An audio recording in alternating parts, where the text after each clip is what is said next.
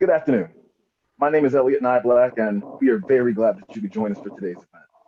This is the Together We Will Heal series, organized by the Central Texas African American Family Support.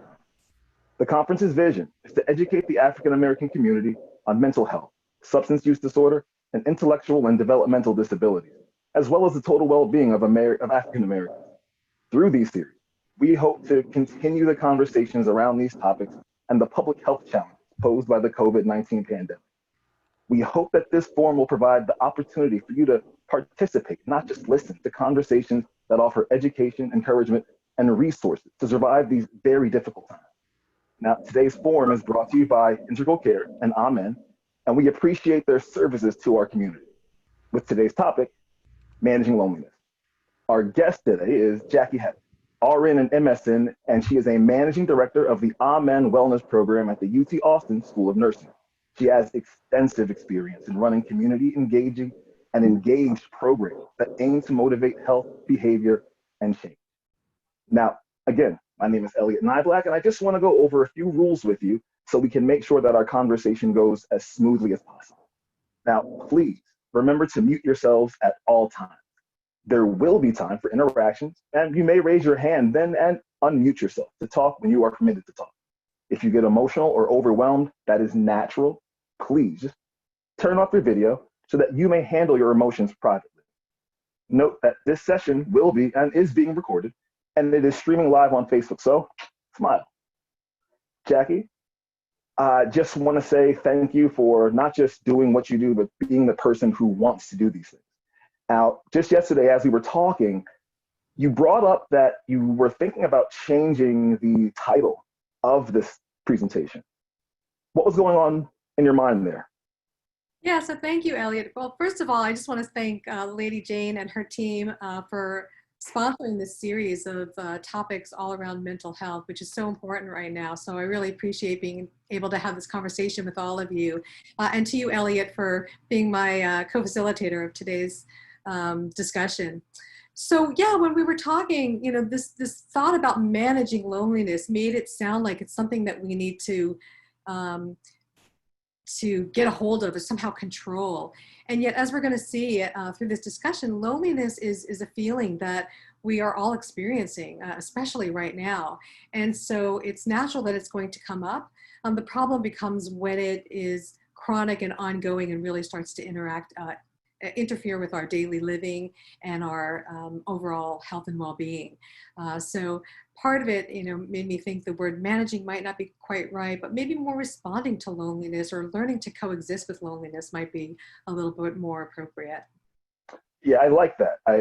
That genuinely feels right because emotions aren't something that we can just set a schedule to have, right? It's a state of being that isn't meant to be managed. I feel like I'm always, with my own experiences with mental health, I'm not, managing it. I'm responding to all the feelings and thoughts that are going along with it.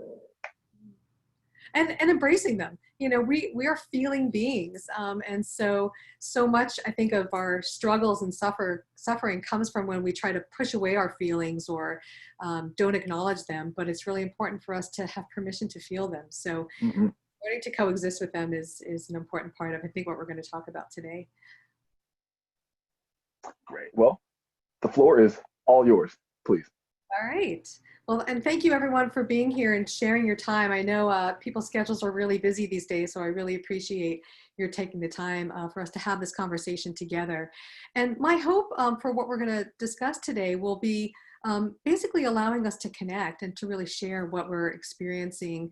Also giving ourselves permission to feel the magnitude of this moment and the situations that we're in, and just noticing what that's like for yourself, but then for all of us. And then inspiring one another to kind of reduce both our individual and our collective struggles and suffering. All right, so what is loneliness? So loneliness is this perception that one lacks the level of quality relationships that they desire. So it's not about how many relationships we have or how many friends or people we have in our life. It's really more about the quality of those relationships and are they really meeting our needs and desires? And loneliness is not the same as being alone or isolated. And I think all of us have had a lot of experience of this over the past few months, where we've been forced to mostly shelter in place. Now, some people who may be living alone right now and may be completely happy and content with their situation, and are feeling that they're engaging just at the level that they would like, even though they may be sheltering in place and also physically isolated. Whereas others of us may be living with family members and loved ones and people who are really close to us, and yet even with that, we may still feel really lonely. So it's not necessarily about who we're with or how many people we're with, but it's really more about the perception. And this idea of loneliness is not new. Isaiah 41:10, says, "Fear not, for I am with you." And whether you're a person of faith or you have some other kind of spirituality, or you believe in science and that human beings are matter and we're all connected, this idea that there's always someone there for us, that we are connected to other people is really important. So let's just take a look at loneliness in America. Interestingly, back in 2018, just 2 years ago, there was a nationwide survey of over 20,000 US adults. And this revealed that more than half reported feeling alone or left out, that greater than 20% of US adults admits to struggling with loneliness, and that greater than the number of the number of people saying that they were struggling with loneliness was greater than the number of adults who have diabetes or who smoke. And I just realized that we had a couple of polling questions that I forgot to start with. So I think if it's all right, I'm going to try to see if I can access those polling questions and ask you a couple of questions. Okay, so if you wouldn't mind, whoops, sorry about that. There we go. If you wouldn't mind responding to this question, how have you been feeling in the last 4 months? Your choices are great, hanging in there, okay, or barely making it through each day.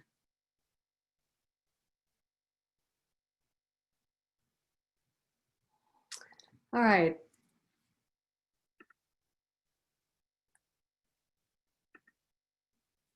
And it looks like we had a sort of 50-50 split of people who are hanging in there and feeling okay. So somehow you seem to be managing how you're feeling, which is great. And we're gonna ask for some of your thoughts and experiences on what you've been managing to do to cope during this time. So in just a moment. The next question we would like to know is, where are you coming from? Where are you joining us from? Are you local? Are you in Austin, Travis County? Are you in Round Rock and Williamson counties? Or are you somewhere beyond these counties within Texas or outside of Texas?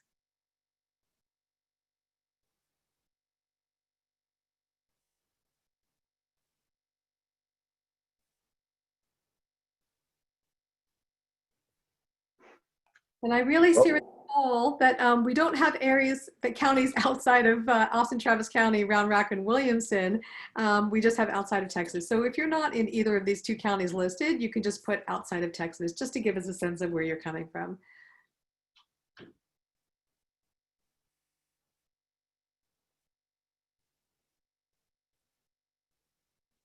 Now that's an interesting question too, and just looking at these chat responses, because even though who am living in Austin and Travis County, I am from Philadelphia, and so my loneliness is heavily, heavily affected by the fact that I'm not in Philadelphia right now and here in Austin. So I'm always thinking, kind of unfortunately, but also very fortunately in terms of responding to my loneliness, that's something I recognize.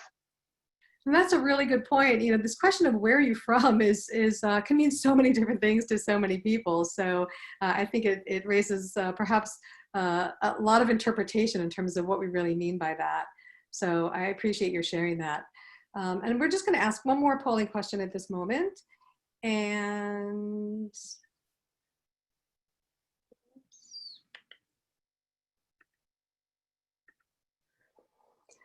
so here we just want to know, on a scale of 1 to 5, how are you feeling right now in terms of your loneliness? Where 1 would be not at all lonely and 5 would be extremely lonely. 2, 3, and 4 is going to be somewhere in between.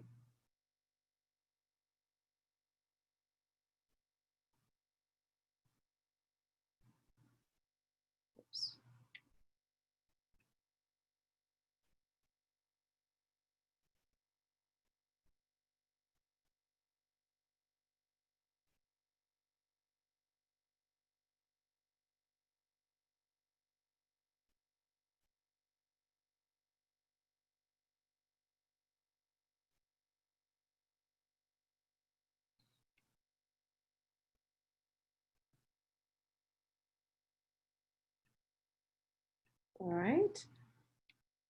And so it looks like we have a bit of a mix where we have a number of people who, are in the 1 to 2 range, and then some folks who about 30% are in the middle, and we have about 7% or so who are feeling some significant loneliness. And I really appreciate your sharing that. And we're going to talk a lot more about what that experience is like. So thank you for indulging us in that. And we also want to recognize, right, that this is obviously a number that is going to go up and down, right? Like just today, I'm feeling pretty good, but I'm feeling like kind of a 1 or a 2. But honestly, when I woke up this morning, I felt just looking at this poll, I felt like I was at a 5. It was hard to wake up. It was hard to roll out of bed. It was hard to just get some milk. So, Yeah. Fluctuates.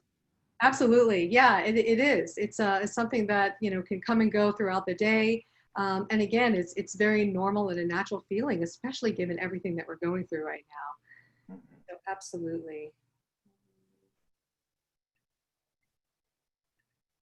Okay. So loneliness is more than just a feeling. 22, in another study that was done by the Kaiser Foundation, 22% of Americans say they always or often feel lonely or socially isolated.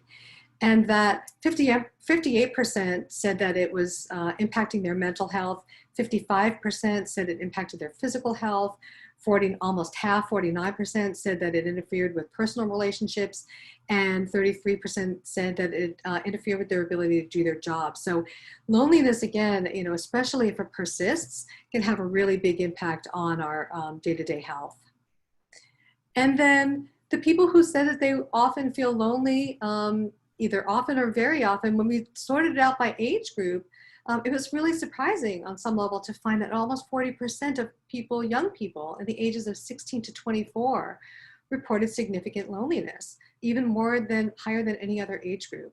And so, we need to check our assumptions in terms of how people are doing and who may be feeling lonely, because even though people might be connected by social media a lot and seem to have a lot of people around them, they may still also, be experiencing significant feelings of loneliness.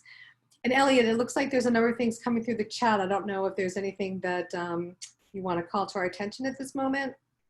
Well, so far, I want to ask our audience to, as you are experiencing this presentation and this conversation, that your thoughts matter. And so not just the polling questions, please tell us any thoughts that come to mind. For example, we have a chat comment saying that, thank you for sharing because their community lives outside of Texas. So when I shared that I was from Philadelphia and how that affected my loneliness, I now don't feel so alone because someone else has just confirmed my loneliness. So your chat comments, as we see these, you're actually helping us to combat loneliness. And thank you for doing that. Thank you for being honest with your feelings. Yeah, and I appreciate you bringing that up too, because I'm also from out of town, and none of our family lives here in Texas. And yet it seems that most of my circle have at least some family that are here. And so for me, my family's all spread out and I don't get to see them. I don't get to hug them. And so I too have been experiencing very significant loneliness. And again, like you said, Elliot, kind of comes and goes at different times. But sometimes I think when people have their family around, it's a very different experience. Very much, very much. I know just so much of that comes from that feeling of community or lack thereof. Thanks for recognizing that, Jackie. Yeah, absolutely. So this is an opportunity, I think, for us to share, what does loneliness feel like to you? What kind of sensations do you have or experiences do you have when you're feeling lonely? And if you can either put them in the chat or come off mic and offer them verbally. And then Elliot, if you can just help us, identify what people are coming up with. Well, we have one that touches my heart a good deal. It's checking on our students, this feeling, that need to check on their students. We have anxiousness, feeling hollow, and these are great words. They're very good descriptors. We have feeling invisible, somewhat anxious and hopeless, no energy. I feel like they're just pulling the answers from my mind directly, and I'm sure there's a lot of people out there who were feeling similar. That feeling of numbness, being forgotten, getting tired, fatigue. There's a whole laundry list of feelings. And I know for me, one of the strategies that I use when identifying my need for a response is really digging down and describing in like a very visceral fashion what I'm feeling. I feel a tightness in my stomach. I feel that my heart is about to pop out of my chest.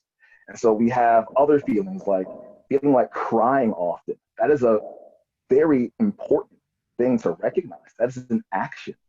And we can respond to actions as well as our feelings. Feeling left out, not feeling like you're a part of something, one of the key pieces, right, of loneliness. Thank you, everybody, for sharing. And please keep those thoughts coming. Yes, absolutely. And it's great to be able to describe what you're feeling when you're feeling lonely, because that's the first step in being able to figure out, all right, how do I want to respond to this? What are my options here? Now, please, we also still want to invite you, if you feel comfortable, because here's the thing. Typically, when we do these things in person, right, pre-COVID, we're so used to that awkward silence because we don't feel like, ooh, should I share my ideas? Should I share my thoughts? Part of combating loneliness is recognizing that we have a community. And so your community in this space is safe. I feel safe. I feel safe sharing my feelings of loneliness. I feel safe sharing my need to cry at many times. You're encouraging myself to share these things. Thank you, audience. Thank you, Elliot. Great. So a couple years ago, our former Surgeon General Vivek Murthy did a communication tour around the country and tried to understand what were the most prevailing health issues that he should focus on during his tenure. And in talking with people, he really kind of came upon this idea of loneliness, that people were really feeling lonely. And he said that people wouldn't say that they're feeling lonely, but they would say things like, I feel like I have to shoulder all of these burdens by myself. Or I feel if I disappear tomorrow, no one would even notice. So they weren't using the word lonely or feeling or loneliness, but they were describing these experiences that really got at the heart of loneliness. And so he decided to write this book together, The Healing Power of Human Connection in a lonely world. And it's a really wonderful read. And he was interviewed on several different news outlets. So if you have a chance to check out this book, I would highly encourage it.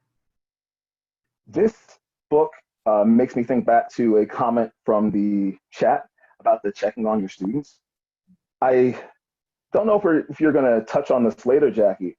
I just know that as an educator, as a teacher, the idea of my students, especially when I taught high school, there's this notion that because they're on social media, right, or because they may be playing video games, Call of Duty, things like that for hours on end, then yes, that does involve interaction.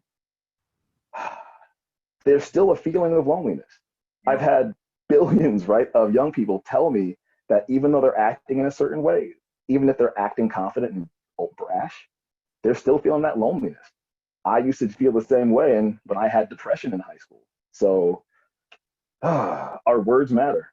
Yeah, and it's so true. And again, sort of going back to not making assumptions. Just because we see young people are on social media, it seems like they're connected. Even if they're in groups of friends, that doesn't mean that inside that they're not also feeling lonely. And so it's important for us to really assess that and ask about that. And I think hopefully we're going to talk about that in just a bit. And it really gets to this idea that loneliness is a public health concern. And it's something that we're not really talking about as a community. So I really appreciate this opportunity today to be able to focus on this.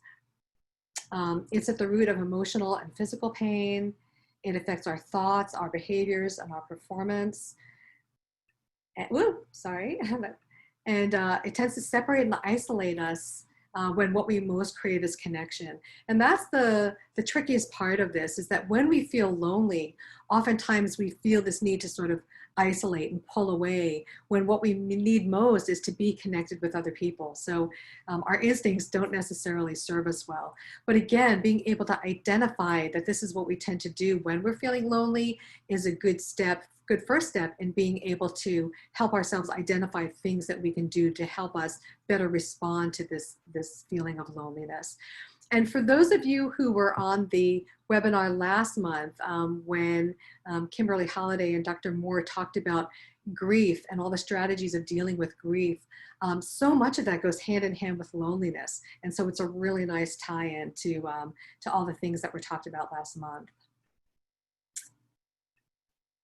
So in terms of the more physical consequences of loneliness, it can increase our blood pressure, can contribute to heart disease.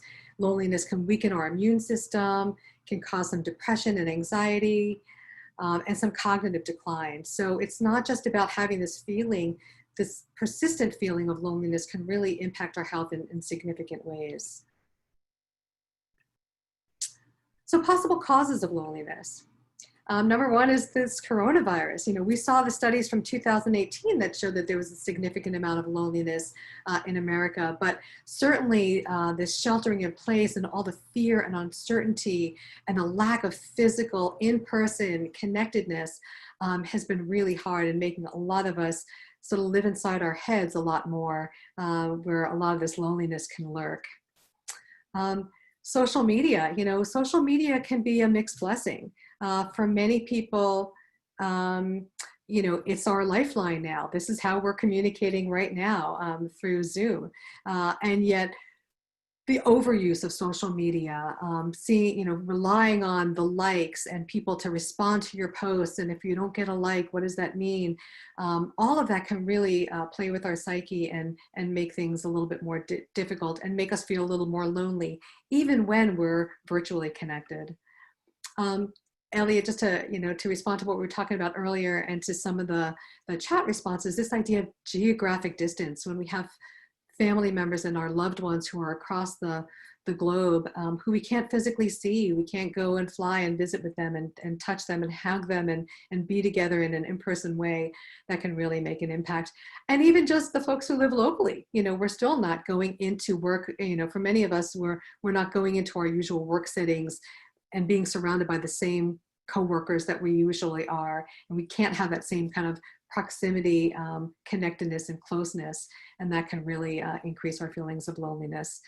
And then just for some reason being so busy that we can't even take advantage of tools and strategies that could actually help make a difference.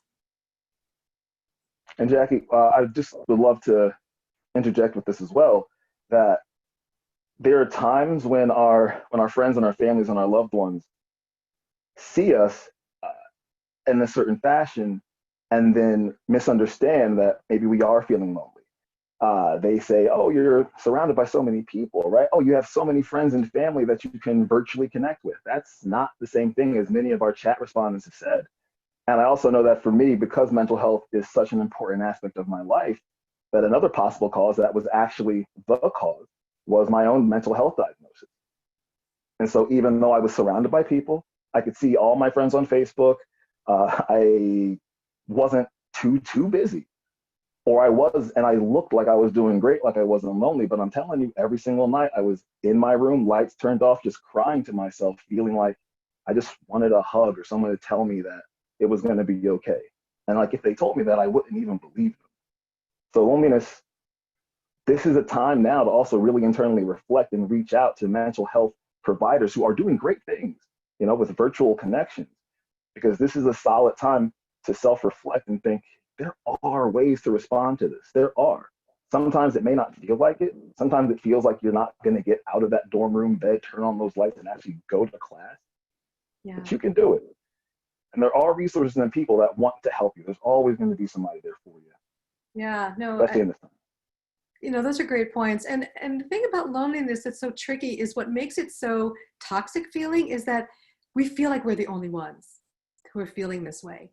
And sometimes when we know that this is a common feeling that other people are also feeling, not that it necessarily makes us feel better, but it makes us feel more connected, that there's something more generalizable, more connected to sort of this more global experience that other people are having too. So it's not just us.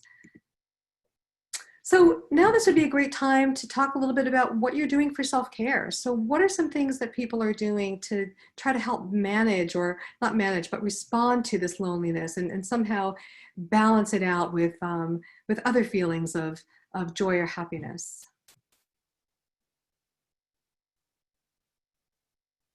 And Elliot, if you can help monitor the chats because I can't see them as well. So right now we have to name it, to own it, to recognize and say it out loud. We have, being and finding safe spaces, yoga, meditation. Oh, this is a great walking the soles off of my sneakers in the morning. I wish I was not so affected by the heat, right? But that sounds like a great one. We also have people confirming the idea of walking, physical exercise, eating nutritional foods. Favor, DoorDash, all of those things, they have definitely embedded their apps on my phone. But I also recognize it's probably not the best idea for trying to manage things like this. We also have more of that comfort food. So thank you. Thank you for the person who reached out and said that. I know I'm not just alone. I don't have to feel so guilty about it. Yeah, an effect of loneliness, feeling guilty about the actions that I take, like everybody else is doing the exact opposite. I know for me, I had to start looking up breathing techniques. I had to start looking up actual texts and authors who were talking about what I was feeling. It wasn't always the same, exact feeling and experience that I was having, but I could feel empathy from those who I was researching because that's what they wrote these things for people like myself and for them to manage those emotions. Yeah. And again, it just reminds you that you're not alone in these feelings, that other people are talking about them or describing, maybe not exactly what you're feeling, but something similar that you can connect to. And just that feeling of other people are having this too, sometimes takes away some of the power of what that feeling can do to us. So thank you so much, everyone, for sharing your outstanding strategies for managing or responding to some of these feelings of loneliness, and we'll be able to share them with you after today's video webinar. But I thought what might be nice is, Elliot, since you mentioned looking up breathing exercises, that maybe we could just take a moment and do a breathing exercise together here, just to experience how breathing and using our breath can really help regulate our minds and really help refocus the way our brain is processing this feeling of loneliness. And so if you're willing, I'm just going to describe the exercise real quickly, and then I'll just walk us through it. So I'm going to have us breathe in for 4 seconds, then hold it for 4 seconds, breathe out for 4 seconds, and then hold it for 4 seconds. And we're going to do that about 3 different times. So if you're ready, if you can just get yourself comfortable, if you're seated, if you could put your feet firmly on the floor, if you're standing, if you can just kind of make your, relax your shoulders and get into a comfortable position. If you'd like to close your eyes, you're welcome to. But I'm just going to have us start by breathing into the count of 4. So breathe in, 3, 2, 1, and hold, 2, 3, 4. Now breathe out, 2, 3, 4, and hold, 2, 3, 4. Now breathe in, 2, 3, 4, and hold, 2, 3, 4. Now breathe out, 2, 3, 4, and hold, 2, 3, 4. And one more time, breathe in, 2, 3, 4, and hold, 2, 3, 4. Now breathe out, 2, 3, 4, and hold, 2, 3, 4. I'm just wondering what that was like to just take a little pause and just focus in on your breath and the rhythm of your breath.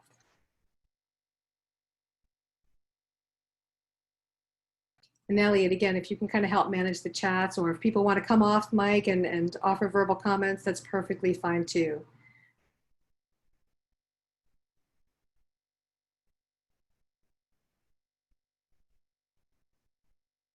Any reaction? People are sharing that they feel relaxed. It made them yawn, which is a reflex of stress relief. Let's see. I know when I started doing them, they were in regard to mindfulness and managing my massive amounts of stress and mania throughout the day.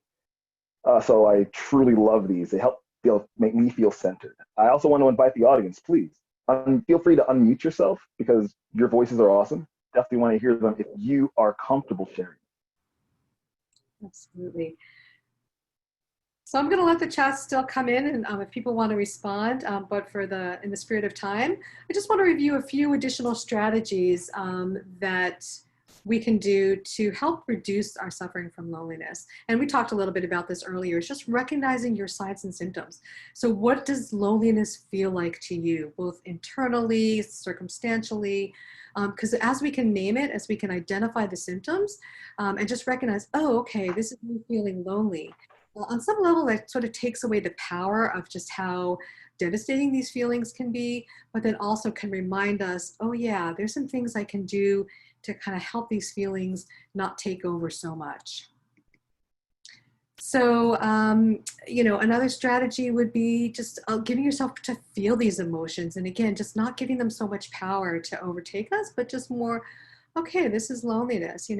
We're all feeling lonely at different times. And this is just me having this moment right now. And that's okay. Practice gratitude. When we focus our minds on the things that we're grateful for, again, it sometimes takes away that power overwhelming feeling of loneliness. And if we can focus on others, thinking about other people who may be struggling and suffering, and just the people in our lives that we're grateful for, or maybe say a little prayer or hope and wish for someone who may be struggling. Maybe we know them, maybe we don't. Maybe just we know that people are out there are really having a hard time right now. And sometimes just even mentally connecting with them can really help us, again, feel less alone. Strategy 3, practicing physical distance and social connection.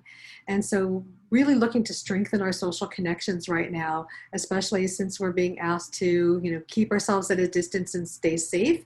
I know there's a lot of mixed messaging out there and confusion. People are feeling the fatigue of just staying so far apart and so desperately wanting to get close together again and, be together in person. But remembering that the coronavirus is still out there. This is no joke, this virus. And one thing that could be compassionate that we can do is not just keep ourselves safe, but by us keeping us safe, that also helps keep our community safe. So again, talking about our feelings, sharing them with one another.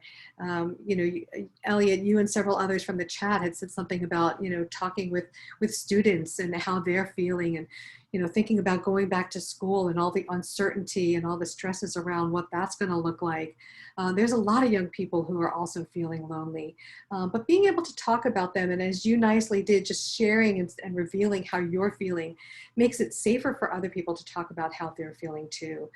And when we ask about loneliness, instead of just asking generically, well, how are you doing? Which is so tempting to just say, fine, or I'm doing okay. But just asking more specifically, how are you feeling these days? I know I've been struggling with feeling lonely a lot, or I've really been struggling with feelings of anxiety about all this uncertainty. How are you managing that? And just by being vulnerable and giving people permission to talk about how they're feeling, just having that shared experience can really help us feel more connected and again, less alone. And Jackie, just to share something with that as well, when you are asking someone if they are lonely or asking about their loneliness, their feelings, especially of sadness and such, make sure that you're ready to actually hear it. Make sure you are ready to listen. And I come from this I come at this from a space of not only mental health awareness and advocacy, but also as a Black man in America, and even more specifically as a Black man in Austin, Texas, from Philadelphia. Like right now, none of the social injustice that I've seen that we are all now exposed to isn't new. We have been as a community feeling this, right? And so to ask me specifically, right, about loneliness, the person has to be ready to hear that it's not just I'm feeling kind of sad because I can't go out because of COVID. It could be like for me, I feel lonely because I'm not surrounded by the Black community that I might have had back in Philadelphia, right? I don't have that family. I feel like I'm surrounded by people who do not understand my experience. And another reason why I'm interjecting this is because we get so many generalities, which are great and necessary when it comes to mental health, but we also must recognize the cultural responsive nature of it. What strategies may work for someone of one culture may not work for another. I know that I could not feel comfortable talking about mental health with members of my Black community. So being checked in with them was a very different experience a few years ago than it is now when I've become more comfortable talking about it. And so we have to really, really, really internalize the fact that the answers that we receive are going to affect us. And how will we process that? After you ask, maybe you need to now go talk to someone, maybe not specifically about loneliness, right? But about the feelings, the memories, the thoughts, the urges that come up just from hearing and interacting with other people. Your feelings are real, right? You should listen to them as well as the person who is speaking just afterward, because they should get your total responsibility and your total responsiveness. Yeah, no, that's such a good point. Don't ask if you're not ready to really listen and be some sort of support. And of course, if you're hearing about some really serious things that people may be feeling, wanting to make sure that you at least have some idea of some resources or places that you can send folks for additional help if it's beyond your capacity to do that. So really, really important point, Elliot. Thank you. Physical movement, we heard a lot and saw a lot in the chat where people are walking and doing different kinds of movement, but yeah, physical movement, whether it's dancing or any kind of physical movement, can really help release some of those endorphins and some hormones that really help us get out of our head and start to feel a little bit better. So, giving ourselves permission to have those kind of releases can be really important. And similar to movement and dance is music. For so many of us, music just taps into, again, lights up those endorphins and really, spiritually and just emotionally connects with us in so many different ways. And so finding the music that speaks to you and using music as a way of getting some comfort can be a great way of, again, feeling less alone.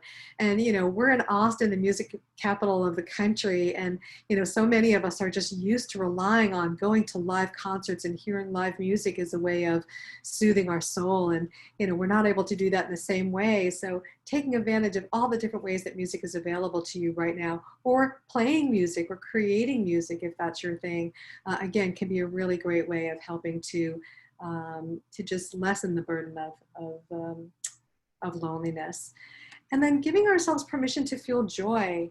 There's so many heavy and serious things going on, and listening to the news, adds to this feeling of just stress and seriousness. And it's hard for us to kind of create barriers of our work life and our home life, but being able to give ourselves permission to feel joy and to find things that really give us pleasure and make us laugh and smiles is really important, again, to sort of counterbalance these intense feelings of loneliness. And quality sleep. Many of us, especially if we're feeling anxious or we're having a lot of negative emotions, it may in fact interfere with our sleep. And being sure that we're getting good quality sleep, giving ourselves permission to rest when we can, and take little cat naps, if you will, if needed, just to keep ourselves rested and build that resilience to help us manage all of the feelings that we may be managing. And just remembering, lastly, the best gift is you. You were put on this planet to be you and to do the important work that you do, whatever that is. And so just remembering how important you are to your community, to your family, to the people that know you and love you, to this community that we're sharing in this moment, and that if you can reach out and just share little bits of yourself with other people, that you may discover that your little gift can really brighten someone else too and help alleviate some of their loneliness. And then lastly, resources for help. Integral Care, has a helpline that's available 24/7 for emergency help, 512-472-4357. NAMI of Central Texas offers great resources. They've got webinars and all sorts of daily messaging and different kinds of webinars that they offer that can be really helpful. The Travis County Crisis Intervention Team can be really helpful at 512-854-3430. There's a crisis text line, so you can text CONNECT to 741-741. If you're caring for elders and you're bearing the burden of all of that, reaching out to Age of Central Texas might help you offer some resources for caring, caregivers, and help alleviate some of that burden of feeling so alone. And then lastly, we come visit us at the Amen program at the UT School of Nursing website, where we have a number of different resources there. So at this point, I would just like to open it up for more conversation and chat dialogue, and take yourself off mic and offer some comments or questions. And then I have one more polling question that I'd like to ask at the very end, but I'm gonna invite some chat before we do that final question. Jackie and audience, before just maybe a few 30 seconds at most. This is in reference to, right, the Central Texas African American Family Support Conference. The reason that exists is because as a community, we face things that do limit even our ability to utilize these strategies for managing that loneliness. I know for me, I would love to go walk outside in my neighborhood, but because of gentrification over the last 2 or 3 years, where I used to walk now feels kind of foreign, because I now have people who don't look like me staring at me and questioning whether I should be in that area or not. So I have an increased sense of anxiety and loneliness from there. For me, it's about managing fear and not letting that control me, right? But still recognizing those. And so also, audience, if you have experiences where you have not felt safe expressing your loneliness or caring for that loneliness, please feel free to come on mic and then share that with us, because I know I would love to hear them personally. They make me feel like I have solidarity.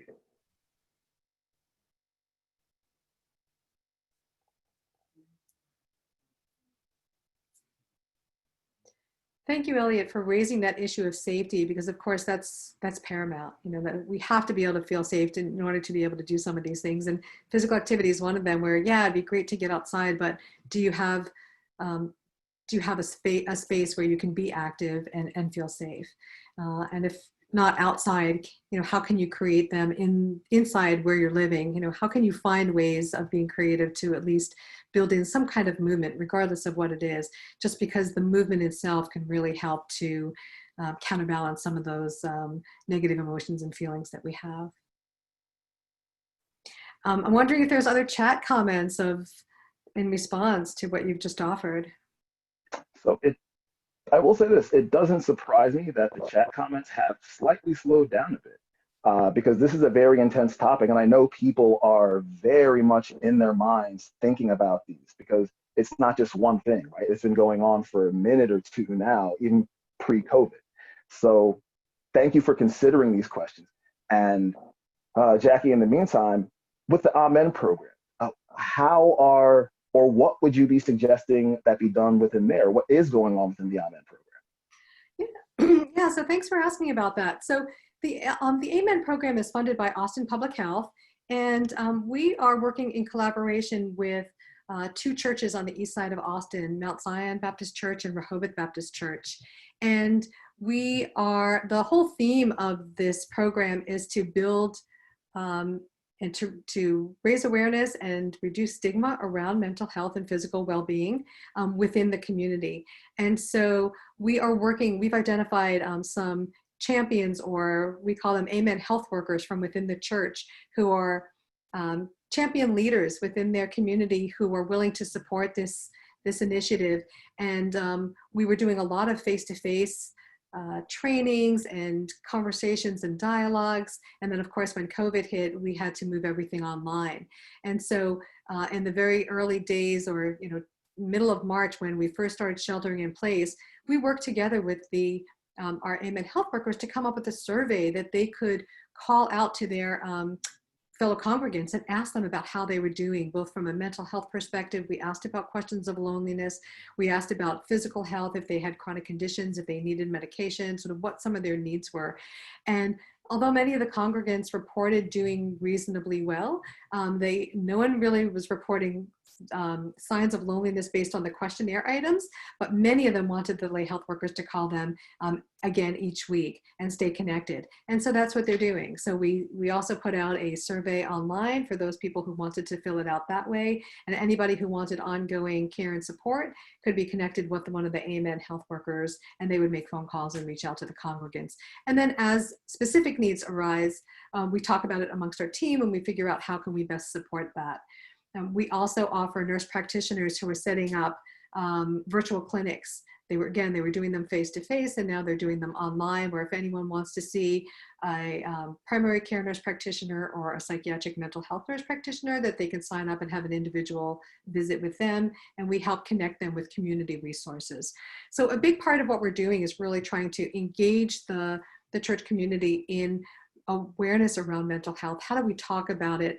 How do we help support one another? And then how do we offer resources in the community that already exist so that people can feel safe to go out and find the resources that best meet their needs? And working together with the pastors and the church leadership to come up with the kind of programming that best fits their church needs.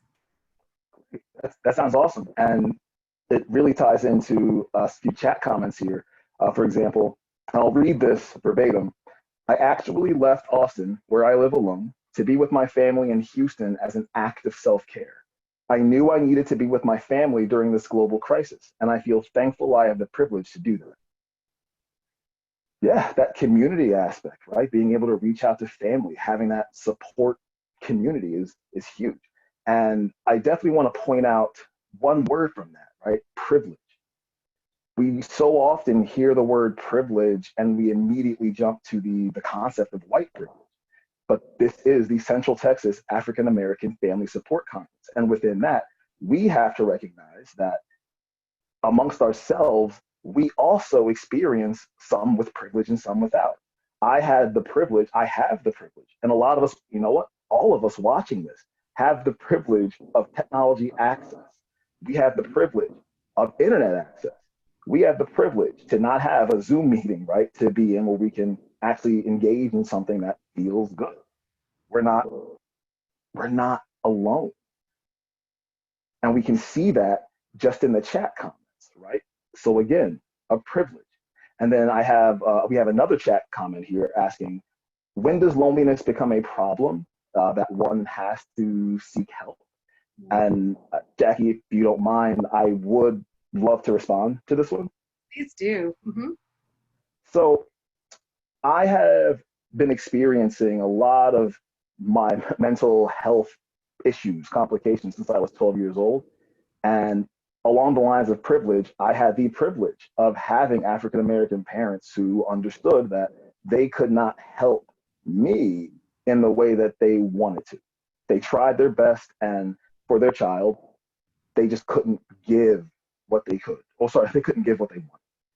And so they made sure to reach out to a trained professional because we can't solve all problems. The Amen program, our church congregations, our mosque congregations, there are just millions, right? Millions of gigantic communities out there. But we also have to remember that listening to ourselves and recognizing this isn't helping me. These words, I know them, I believe them, but I don't feel them. I hear the scripture, I believe the scripture, but that scripture is not getting me to the point where I don't feel so alone. And so in that instance, when you feel like you've tried everything, it's okay to be Black and be conscientious and reach out for mental health support. We have very, very legitimate reasons to not want to do that. And I will say this, I'm very thankful that amidst all of the social injustice that has been blasting us, nonstop, 24/7 news cycle, the sense of community and solidarity of the greater African American community in America has made me feel a little less lonely. And so one of our next comments is, let's see. My church is also in East Austin, Eastside Church of Christ on MLK, predominantly Black, and we would love to connect with Amen initiatives as possible. Yeah. So just from these chat comments, boom, make these connections. Jackie, I'll let you take that one. No, please do. That's why I was about to just chat privately to Crystal, but I thought, I would love to connect with anyone who wants to talk further about this because the AMED program is really all about connecting with the community.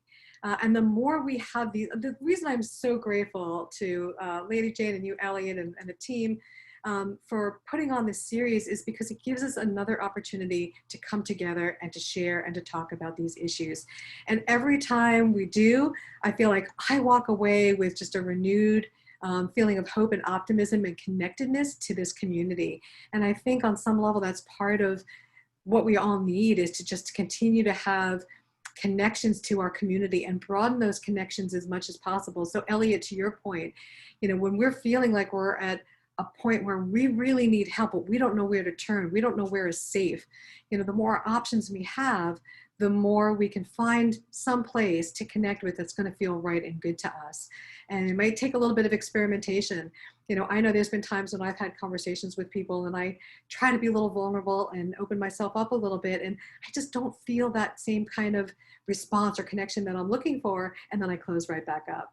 So I'm like, okay, well, that's not the thing for me, but I keep searching.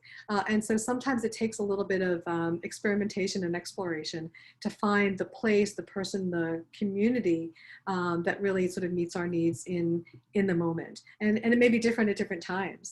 And so I think the more we can connect with one another and have these broader resources, the more we're going to support one another as a community to kind of help heal and again, sort of reduce some of the struggling and suffering that many of us are feeling, both individually, but also collectively.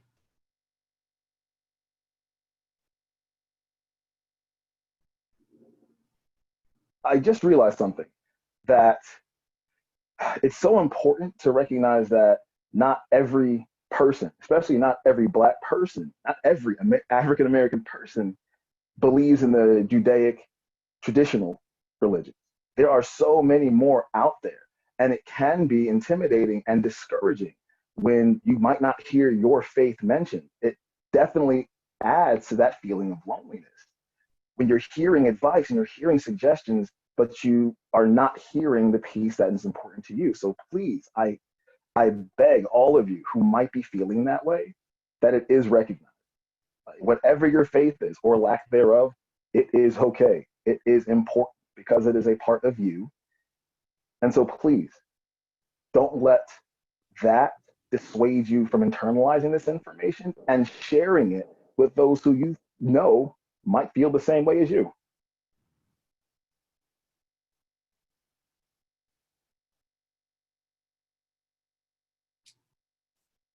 What else? What other thoughts or So we have another comment that people can check out the Central Texas African American Family Support Conference website. Because if you have felt inspired by any of this conversation or previous conversations with Kimberly and Dr. Moore, why should you keep your voice silent when you know you have such important things and thoughts? We invite you, make a poster. We have another comment saying that, let's see, oh, individuals can be nominated for a award and an award. And that's not just people who have created gigantic programs. No, these are just simply people who have lived experience and have managed to make it this far, like myself and like the thousands of others I saw at the last conference when I was able. Your voices matter. You don't have to be a professional. You just need to be a professional at your life and at your experiences. oops. And I'm going to do one last polling question, if that's okay. Just wondering if people would be willing to respond to this scale again that we did earlier on a scale of 1 to 5. How are you feeling now in terms of loneliness? Again, from 1 being not at all lonely and 5 being extremely lonely. And again, there's no right or wrong answer. There's no expectation that you're going to respond one way or another. Just kind of wondering how you're feeling at this moment. Whoops.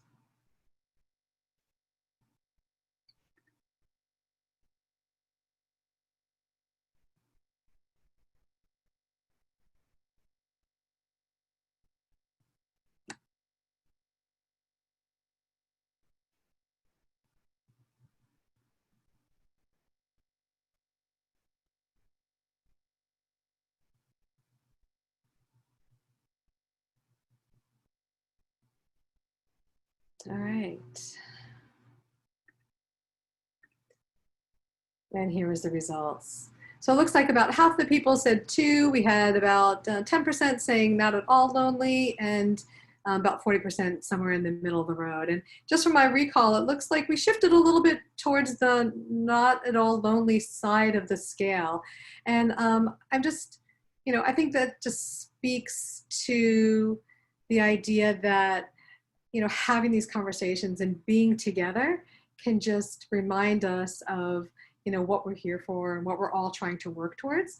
And so sometimes just being able to come together even when you may not feel like it, that it can really just help shift our feelings of loneliness and being alone to just being more part of something greater than ourselves. There is a chat comment that I definitely want to point out. It was that this person scored a 6. They scored themselves as a 6. And so even just hearing about loneliness, right?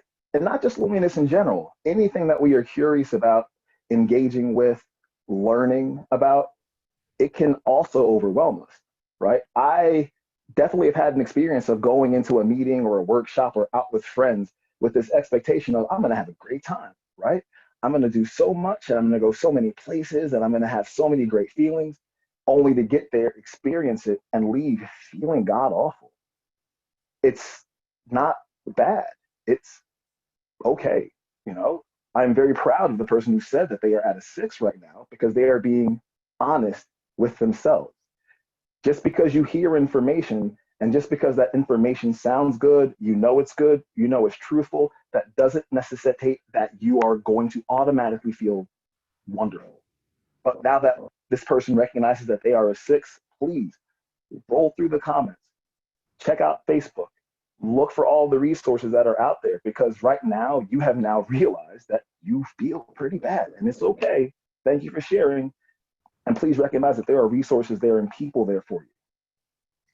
Absolutely. No, I really appreciate that. And I hope that you will reach out to at least one of us if you feel like having an additional conversation, or I can post the resources again in case you want to be reminded about some of the different options that are local. These are just a few, there's many, many more.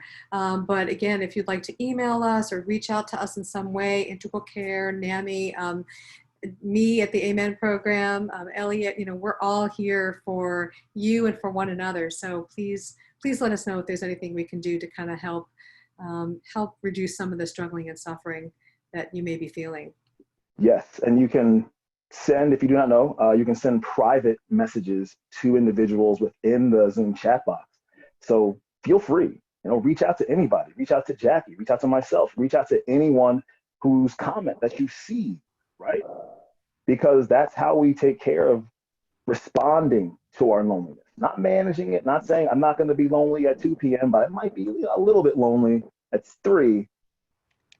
No, you don't manage, you respond.